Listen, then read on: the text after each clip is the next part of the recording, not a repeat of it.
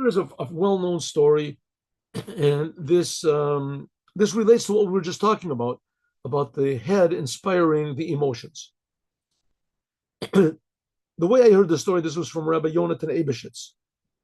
Rabbi Yonatan Eibeshitz, he was I guess he was the chief rabbi of Prague. Prague. And he was opposed by there was a bishop, whatever, of Prague that just hated him totally. And so the bishop didn't know what to do because the king liked Rabbi Yonatan Eibeshitz. Rabbi Yonatan Eibeshitz was a very practical person, and he helped the king in a lot of ways. The bishop was just dying to somehow or other get rid of him, but he couldn't because the king liked him. What did Yonatan? What did the king? What did the bishop? What did he do? He was a clever person, so he took 500 cats. He knew that the king liked animals, so he took 500 cats, and he tried to train them to walk upright and to act to tame them. Usually, you can't tame a cat. Cats are not that. But he decided he was going to do it, and he realized that if he did do it, then this would really find favor in the eyes of the king, and then he would become the king's favorite.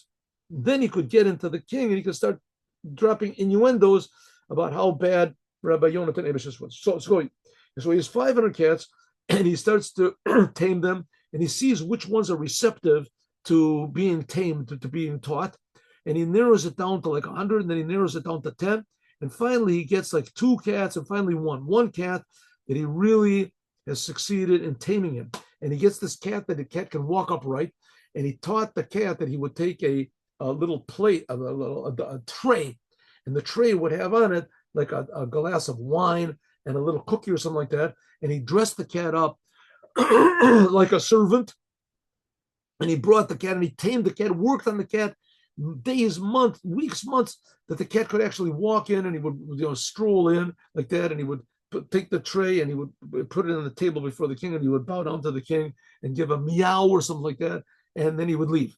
And he knew that the king would go wild over this. This would just drive because the king is bored out of his mind anyway. So this would really. So one day there was a big, maybe it was the king's birthday or something like that, and everybody's bringing the king presents. The bishop says, "Your Majesty, I have been working on something for the whole entire year just to give the king a present that he would really like." And he says, "And here he comes, your servant, Mr. Cat." The cat comes walking, and he's dressed finely, right, just like a servant, and he's carrying this tray, and he's strutting in, with the tray. And the king says, "Wow, you exceed. This is amazing." So Yonatan Eibeshitz, he realizes that he's in hot water. He's in big trouble. If the king really gets enamored and likes this bishop, that he's going to be in big trouble. He knows that the bishop's main goal is to get rid of him, get rid of all the Jews in general, to make all the Jews convert or whatever, but get rid. So he didn't know what to do. What's he going to do? And here's this cat that's walking, and the cat, he's been trained to like look over to the side and to bow to the king. And so he says, what's he going to do? So when Rabbi Yonatan Eibeshitz, when he would think, so we'd take snuff. He had a little pouch with snuff in it. Snuff, and he would take a little bit of the snuff, and would sort of clear his mind.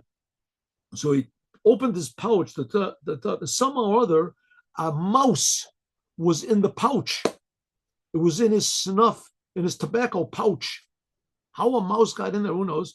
Anyway, so he opened it up, and a little mouse got out, and it jumped out and ran out. The cat, despite the fact that it had been trained day after day for a year, as soon as the cat saw this mouse run, it immediately threw the thing down the tray, and it reverted to its nature to be a cat. And the wine fell on the king, whatever, and the king was all angry and everything like that. And the king said, and the bishop said, "I'm sorry, it didn't work, Your Majesty." In any case, the Jewish people were saved. A big miracle from God happened, that this mouse happened to be in this, and it jumped in front of the cat. But it teaches us something also very deep. That we can train ourselves and we can work on ourselves, and we can how do you say, even be motivated to do certain things. But when something really touches on us, a little bit of money, a little bit of pleasure, something gets us angry, something makes us depressed, so all of a sudden our nature takes over.